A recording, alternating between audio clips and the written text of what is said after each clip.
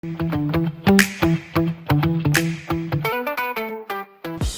I'm Cheyenne and I'll be your host for today's episode. We've invited Sean with us today, who is co-founder of NUS Product Club, recently back from NOC Silicon Valley.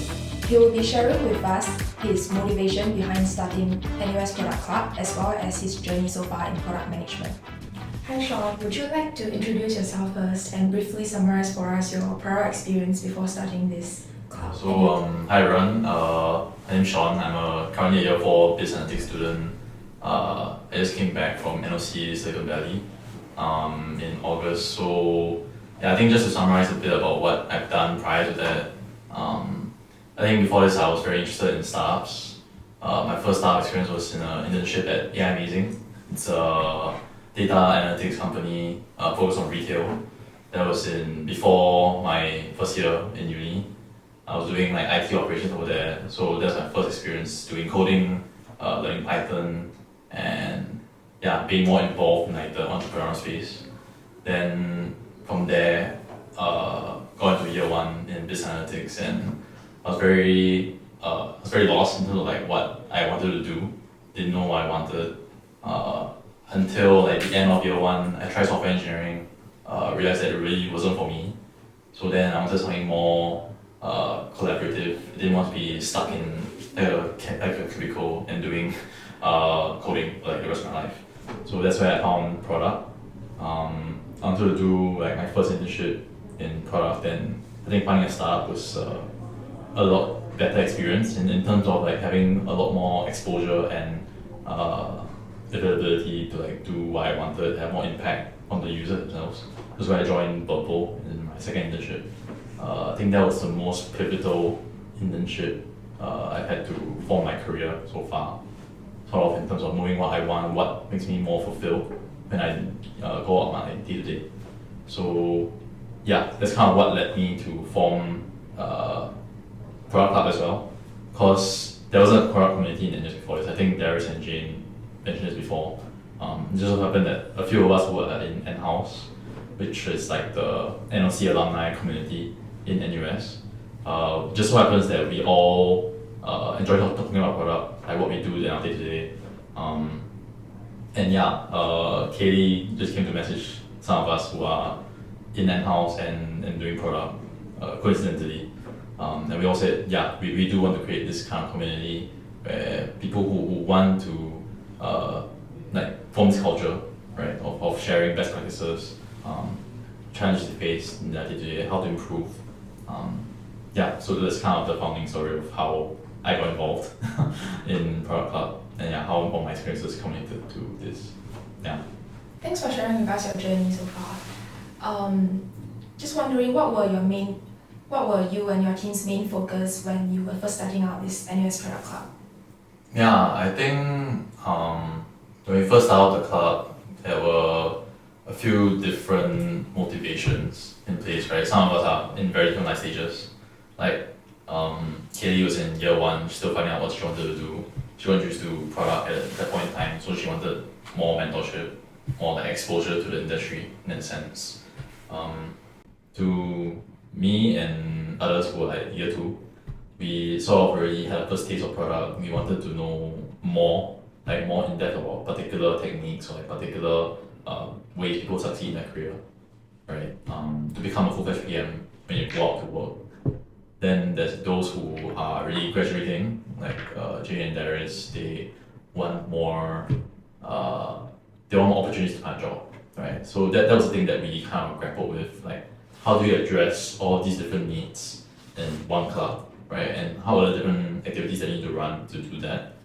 So that's became quite a few functions of the club. It became like the curriculum that we now have, how we want to cultivate that PM experience, right? So that's why we first started talking to Jason. How do you want to emulate that industry experience that a lot of product managers have, but you don't teach it in school, right? It needs to be attached to a company to experience it after learning the theory, like inside the workshops and everything. So that was the best way to learn from. We talked to SMU Product Club about how to conduct it, about how to get the companies involved, get them interested. these students are like particularly interested in new product management, right? Apart from other job functions. So yeah, that was kind of how we narrowed down to our intentions of starting the club, right? Apart from having that community, people to fall back to share like your successes and your failures with during your internships or other like building experiences. Would you like to share with us more about your key learning points from your internships and NOC? Okay. Yeah, I think it'd be easier to break it down into like pre-NOC and post-NOC because they are both in very different countries.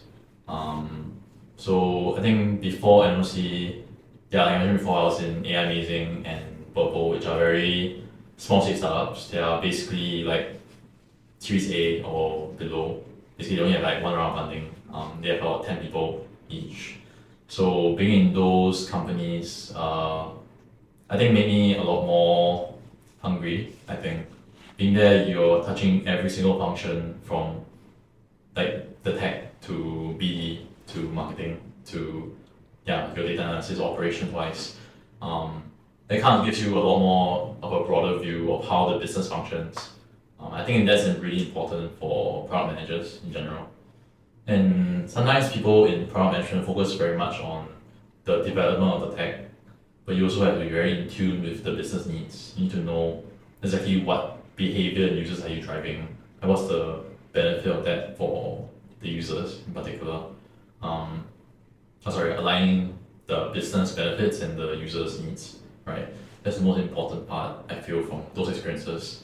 So that kind of gave me like my foundation knowledge of what I need to do, what's my expectation in the role, and what I want to focus on learning for my next internship if I'm doing product management, right? So that's at Singapore. During NOC, for context, I went to Silicon Valley, right? It's known as the hub of like tech innovation. Yeah. When I went there, so strangely enough, my company isn't a typical NOC company. It's called Workato, sorry.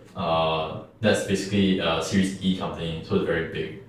It's a 900 people strong company. It's active in every single country in the world, I think, at this point. So yeah, and I was placed on a global team. My title isn't a product manager there, it's a solution consultant. So over there, I was more involved in technical sales, doing POC demos for customers and so on. So during that point in time, product management wasn't my first duty or like role there. But during the process, I make it very clear to my boss like I am very interested in product management. I want to do more that is related to that. I need to pursue my interest, and he was very willing to give me those opportunities. During like my time in Workato, I got to launch different internal products that are built on Workato. Things that I would never have seen in Singapore, I feel, at least in the companies that I was at before. And that's primarily because Workato prides itself a lot on being a product first company in the sense that whoever comes into the company needs to know the product. They need to build something on it, and that's part of your onboarding process. And to be able to see that, I think was very inspirational to me. That's the kind of company that I want to be at, like a company that I want to build maybe next time. That's the culture I want to know. And yeah, I think being in Silicon Valley itself, there are founders everywhere, right? It's easy to notice a few differences between Singapore and SB. Primarily, like Singapore is just very risk averse. I think that's like the first impression that you get compared to SB. In SB, if I have an idea in say my company, like I'll go straight to building like a demo or prototype, and then showcasing it to my team or my supervisor, like what you can do, what is the benefit of this, and so on, right? Here we have to have a 10-page proposal on like why it's useful for other people, what are the requirements, like what are the screens that you need, how much time do you need to invest in this, and so on. yeah, so that's kind of the key differences and like how it's kind of shaped my career now is that I don't look at product management as just a single job title per se. It's kind of how you build products in the company in general, like how you build tools for people to use. Um, yeah, whether it's like a product from scratch, right? Like you're building a new startup. This is quite similar to that. Um, so now it's more of like how do you cultivate that sense of uh, curiosity, that sense of like hunger to build something of use for other people, right? Yeah, so I think there's some middle ground that I found between my experience in Singapore and in SV. Yeah. That's interesting. Actually, you mentioned briefly about the difference between SV and Singapore in terms of like SG is like, I guess more like SOP driven, like you have to write like a 10-page proposal. Just wondering which one would you prefer if you had a choice to choose between like working in SV and Singapore, like based on the difference in culture? For me right now, I think after living and working in SV for a year, it become very clear to me like that is like being in the US where everything's way more fast-paced in terms of development and pushing out new features and all. That's where I want to be at. I want to thrive in that kind of environment. Um, yeah, I think that's what I've been missing in Singapore a lot of times. Even though the companies I was at were very small, they lack the resources that the US has in terms of like the money coming in. Yeah, VC money is very hard to come by in Singapore in terms of funding. That's why they can't hire as many engineers, as many full-time staff as they need, as they would want.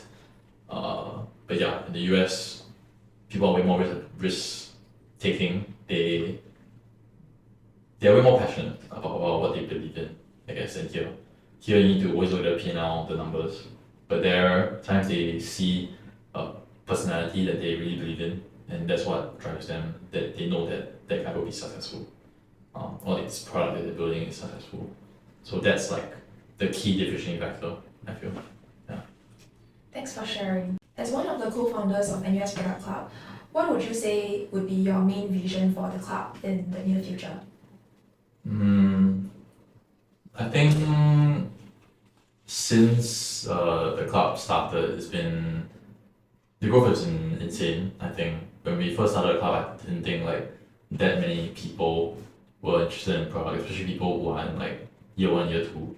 I think when I was year one, I hadn't heard of the term product manager in my life. Yeah, so it's not really a career that people think of a lot. I'm really proud to see how far it's grown and like how many people are actually really interested in doing product in general, like being builders and not just like a cog in the machine. I think that's what a lot of people in Singapore have been trained to do since young. But yeah, being builders is just like, I mean, it's quite easy to do entrepreneurship as well, right? Embracing that mindset. So I think looking forward, I think to me numbers, the number of people in the club doesn't really matter that much. It's more of like the heart that they come with, like what's the intention of joining the club?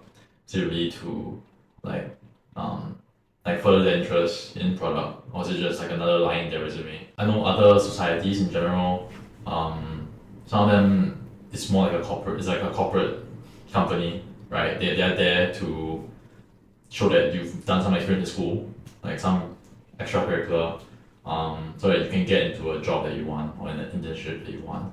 But I think Product Club is very special in the way that they're teaching you practical skills that you can employ your next internship through the PME, through the industry attachments. And that's been very, very helpful. Like if I was a lost year one, year two, this would be the best club for me to join if product is within your interest. Yeah, looking forward at the painting, hope the club can grow. We can have more companies join the program, more outcomes coming out of the program. A lot of people want to talk about the club, advocate for it, and yeah, I mean maybe at the end of the day you can have like a showcase of like what everyone has built through the industry attachments. I think that would be amazing. Yeah. That sounds amazing. So I've heard that a lot of students are beginning their first internships way earlier compared to before. So like I've heard of many people starting in year 1 and 2 or even like way before coming into uni. So just wondering what are your thoughts on like the hustle culture and like securing internships like earlier compared to like previous batches of students. Yeah, I think I'm guilty of that also. My first internship was before uni in yeah, amazing. I mean back then it was more like I didn't know what I want to do in my life, so I might as well just try doing something. I'm already in a tech major, so yeah, I'll do a tech intern. So yeah, I think now a lot of people are more like FOMO. It's more of like yeah, how do you get back into the race? How do you never stop? Um, like yeah, never stop learning, never stop like getting ahead of other people. I think this is very embedded into Singapore or Asia itself. You'll never see it in US. Like people in US, their high school is so carefree. Like they're out there enjoying life, and by that I mean like they're pursuing things that they want to do, and not because like it is. It's not what is judged as successful by society. And to give some examples, I think some of it is like they enjoy doing physics. They like building. They like being a mechanic. They like I don't know, like going to random business and doing hackathons, I guess. But these are things that they do when they are 16, 14, 15, and they love creating or building whatever it may be, right? Like repairing cars or building software or whatever. But in Singapore, there's like a need to be ahead of people in what is judged to be a successful industry right now. Like, for example, last time I used to teach tuition at a coding school for kids, and these kids are like 8 years old, but they're learning how to code Python, which to me doesn't make sense at that point in time, and they weren't very interested as well. It's more of like what parents judge as successful, right? So, okay, sorry for the answer, but yeah, basically, I mean, I think it's it's part of life here. Um, but I think it's good to find a balance as well in terms of it's good to find out what you want to do in the future, even before you start uni, to be more involved in school, be more involved in clubs that you are actually interested in, rather than just another line in your resume. Yeah, totally. I think like what you said, like it could be good or bad. Like starting internships way earlier, exploring your options. Like the good side is that like you get to, have like experience with it, and then like you get to decide whether you truly enjoy that kind of work. But also like the bad side, I guess it's like what your intention is coming into like internships early. Like if you truly Yeah. enjoy it, want to explore, then yeah, great, you can learn something out of it. But if you feel like you're forced to do it because of FOMO, which is what I'm feeling, so I think it depends on your intention. Yeah, thanks for sharing. Then, do you have any advice or tips for students in NUS who are interested in exploring product management? Yeah, I mean, first of all, join Product Club, best place to start your journey. But other than that, if you want some practical advice about how to uh, kickstart your journey, I think for me, I had zero experience in my second year. It was only until uh, like computer students you have to do this module called Orbital. Then during then like you develop your first full-fledged software, right? Like full stack wise. Like you did the UI, you did the backend. But for me, like the part I enjoyed the most was interviewing people, like what they thought about the product, like how can we make further adjustments to it to like better suit how it fits into their user journey, right? That's where I learned the most. I feel like for my introduction into PM.